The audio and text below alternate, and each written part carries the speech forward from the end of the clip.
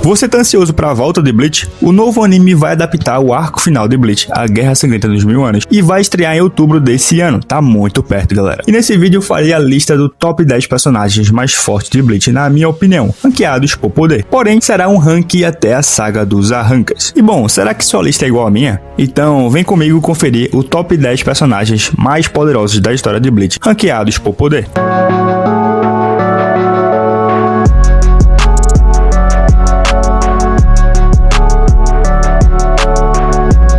Fala galera, eu sou o Zé dos Animes e se você é novo aqui no canal, já te peço encarecidamente pra se inscrever, tá? Porque aqui falamos sobre Bleach, tem Bleach quase todos os dias e de vez em quando eu trago outros animes também, tá? Como One Piece e Jujutsu Kaisen. E já te peço também pra se inscrever muito, mas muito, porque eu tô com a meta de bater 5.000 inscritos. E se você me ajudar a alcançar essa conquista, de quebra ganhará uma comunidade saudável pra trocar ideias sobre o que a gente mais gosta, que são animes e mangás. Galera, esse é um vídeo que vocês pedem faz um tempo e finalmente eu resolvi trazer para vocês o meu top 10 personagens mais poderosos de Bleach pré-time skip, ou seja, na saga Arranca que vai até a batalha do Ichigo contra o Aizen. Será que a sua lista é igual a minha? Assista esse vídeo até o final para descobrir e bora pra lista. Em 10º lugar, Coyote Stark. Stark é o espada mais poderoso do exército do Aizen e é a espada número 1. A sua Reiatsu é tão poderosa que rolos mais fracos morriam apenas de chegar perto dele. A sua Reiatsu é tão poderosa que, diferente dos outros espadas, seu poder da Resurrection não é selado no Azapakutou, mas sim na forma de outro ser vivo que é a Lilinette. Ele lutou contra 4 oponentes de nível capitão na Guerra do Inverno, o Kyoraku Shusui, o Kitaki, o Love e o Rose, onde ele lutou contra o Kyoraku e o Kitaki juntos, depois com a dupla Vizard juntos e depois apenas contra o Kyoraku. E aqui é um dos motivos pelo qual ele entra no top 10, mas também o porquê dele não estar mais alto nesse ranking, porque nenhum dos inimigos dele usaram o Bankai. A Resurrection dele é a Los Lobos, e nesse momento a Lilinette se transforma em 2 pistolas que atiram seros muito poderosos. Uma atira seros mais rapidamente, porém mais fracos, e a outra atira seros mais fortes, porém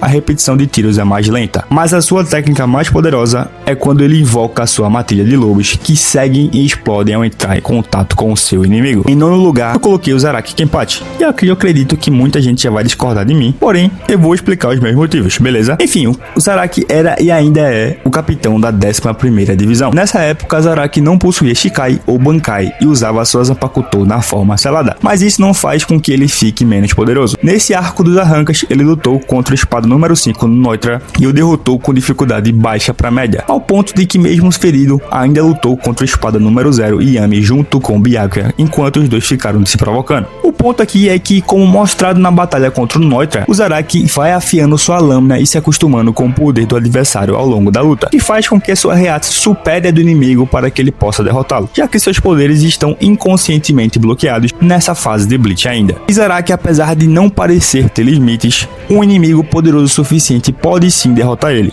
antes que ele se acostume com o poder do adversário, e é por isso que ele fica em 10º lugar nesse ranking, porque os que estão acima dele conseguiriam derrotá-lo de alguma forma, na minha opinião, antes de ele conseguir superar os poderes deles, tá? Lembrando, esse ranking é até a saga Arranca, e foi nesse arco também que o Zaraki usou pela única vez na história de Bleach uma técnica de Zanjutsu, foi o Ryodan. Em 8º lugar, Ichimaru Gin. O Gin nessa época é o ex-capitão da 3ª divisão e aparentemente o braço direito de Aizen, e o mais fiel a ele. Quer dizer, pelo menos parecia, né? Mas o menino mostrou sua verdadeira face no final do arco, e ele fica nessa posição muito por seus feitos na batalha de Karakura falsa e no mini arco The Side. Na batalha de Karakura, ele lutou contra o Ichigo usando o Bankai e pressionou ele bastante, e vale lembrar que o Ichigo naquele momento tinha uma Reiatsu provavelmente maior que a maioria dos capitães, e era o único que podia sentir a Reiatsu do Aizen quando ele passou pela primeira fusão do Hogyoku. E também o Gin conseguiu matar o Aizen, que só não morreu de fato porque o Hogyoku regenerou ele e o fez evoluir. Claro, o Gin pegou o Aizen desprevenido, mas ainda assim é um feito e tanto conseguir praticamente matar o Aizen fundido com o Hogyoku. A sua Shikai é a Shinso, e quando ele libera ela, a lâmina da sua Zanpakuto brilha branco e se estende a alta velocidade para empalar os oponentes de Gin à distância. A sua Bankai é a Kamishini no Yari, e a habilidade dela é praticamente a mesma da daquela Shikai. Porém, sua força, poder de corte, comprimento e velocidade são muito mais poderosos,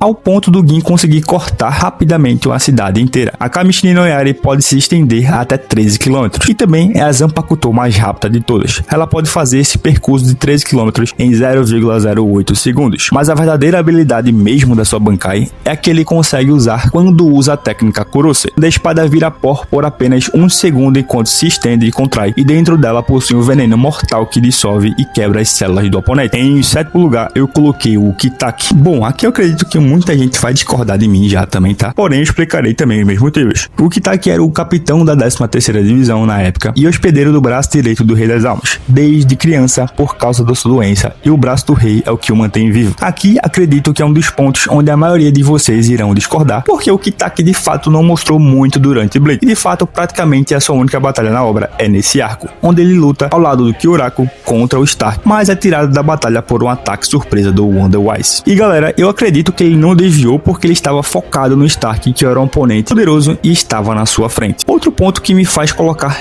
ele nessa posição, e o ponto principal na verdade, é que é sabido que ele possui o mesmo nível de poder do Kyoraku Shunsui, e isso me faz colocar ele nessa posição. É uma citação que eu realmente não consigo ignorar. O seu único poder mostrado realmente foi a sua Shikai, a Sogyo no Kotowari, e tem a capacidade de absorver o ataque de energia de um oponente através da espada esquerda e direcioná-lo através da corda de conexão, onde os 5 amuletos da corda aumentam a velocidade e a força do ataque. Em sexto lugar, eu coloquei o Kyoraku Shunsui. Ele era o capitão da 8ª divisão na época, e nesse arco ele luta contra o Stark e também batalha contra o Aizen junto com todos os outros capitães e Vizards presentes. Contra o Stark ele lutou junto com o Kitaki por um tempo, porém depois que a sua Shikai, a Katen Kyokutsu, ficou a fim de lutar, todo o poder dela foi o suficiente para matar o Arranca. Demérito do Stark? Não. É mais mérito do Kyoraku aqui de fato, na minha opinião. E sobre esse fato da Shikai ficar a fim de lutar, já eu explico, tá? O fato é que ele só tá abaixo do próximo aqui da lista por um motivo bem específico, que é porque ele foi derrotado pelo Aizen base. Claro, não mostrou sua Bankai, que inclusive já tinha na época, mas ainda assim acredito que seu desempenho contra o Aizen foi abaixo do que o próximo aqui da lista, que antes de passar para ele, faria uma breve explicação dos poderes da Katen Kyokatsu do Kyoraku, tá? Que de fato é tornar jogos infantis realidade. Por isso, a personalidade da Zanpakuto interfere bastante na batalha, porque o Kyoraku só consegue lutar com força total quando ela tá afim. Nessa habilidade, a Katen Kyokutsu que faz as regras, e qualquer um que pisa dentro dos limites de sua pressão espiritual é forçado a participar, incluindo o próprio Shunsui. E se você não quer ser pego dentro dos jogos infantis da Katen Kyokutsu, já deixa o like aqui no vídeo, tá? Porque quem não der vai ser forçado a brincar com ela, digo logo. Em quinto lugar, eu coloquei Urahara Kisuke. Essa é outra posição aqui do meu ranking que acredito que várias pessoas irão discordar, mas Urahara nessa época já era ex-capitão da 12ª divisão e estava banido da Soro Society, coisa que só mudou após o final desse arco.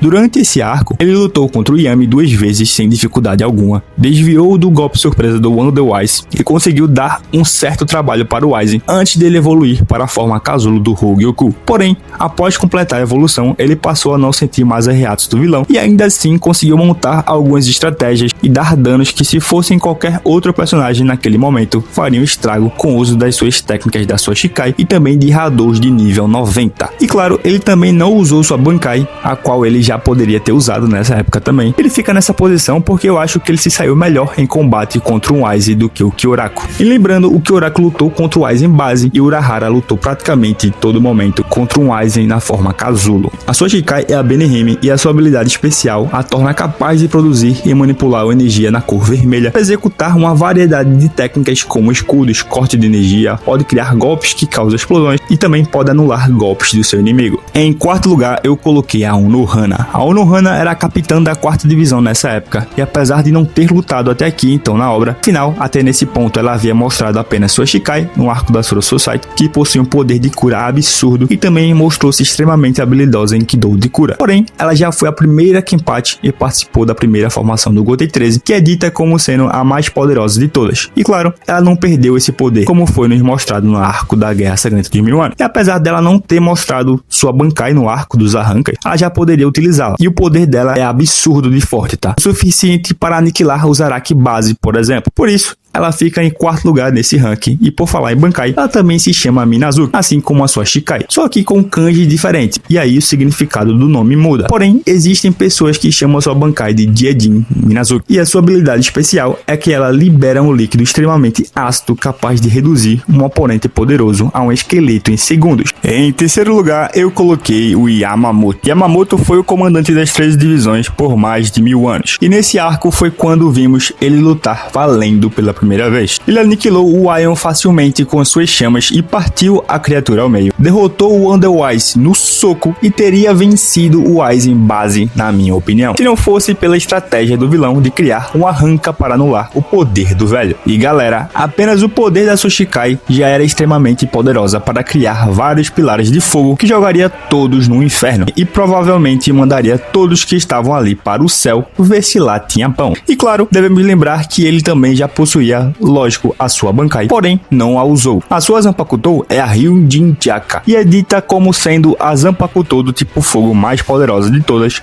e também a que possui o maior poder ofensivo. E quando liberada, a lâmina da Ryujin Chaka é engolida pelo fogo e a aura desta arma incinera tudo e qualquer coisa em que o Yamamoto direciona o ataque. Em segundo lugar, Aizen Hogyoku. Aizen é o ex-capitão da 5ª divisão e o principal vilão do arco. Ele se fundiu com o Hogyoku e passou por várias transformações. Nesse vídeo irei considerar a última transformação dele na batalha contra o Ichigo, onde ele chegou a um patamar tão alto que só de chegar perto de outras almas mais fracas, elas se desintegravam. Nessa forma, o Aizen possuía uma regeneração acelerada e por causa disso ganhou um grau de imortalidade. Ele realmente se tornou um ser transcendental. E galera, nesse nível, a sua Zanpakuto se fundiu com seu braço direito e ele ganhou a capacidade de usar dois novos golpes. O primeiro é o Fragor, onde ele libera uma esfera de energia e esse poder causa uma explosão extremamente grande, capaz de criar uma grande cratera. E também pode usar o Ultra Fragor, porém não vimos o efeito realmente dessa técnica, porque o Ichigo não deixou ele usar. E em primeiro lugar,